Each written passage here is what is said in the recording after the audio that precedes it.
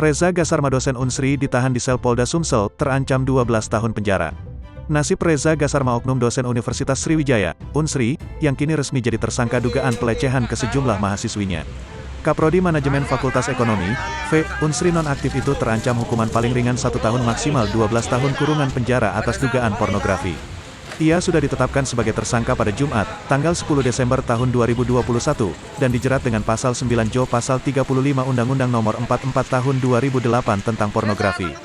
Reza Gasarma resmi menempati sel tahanan Direktorat Tahti Polda Sumsel setelah resmi berstatus tersangka kasus, Jumat, tanggal 10 Desember tahun 2021.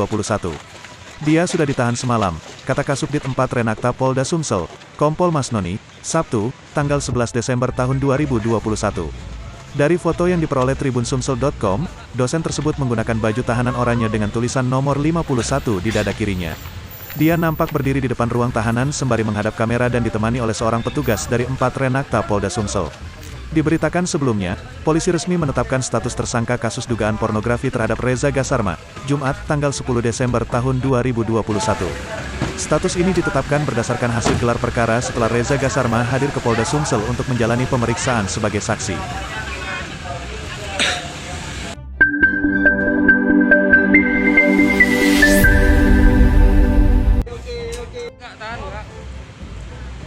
Tahan kak.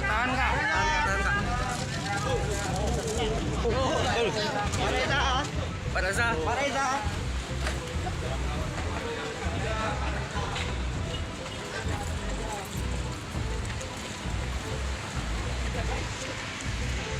Reza, tangkapin lagi mana Pak Reza? Pak Reza.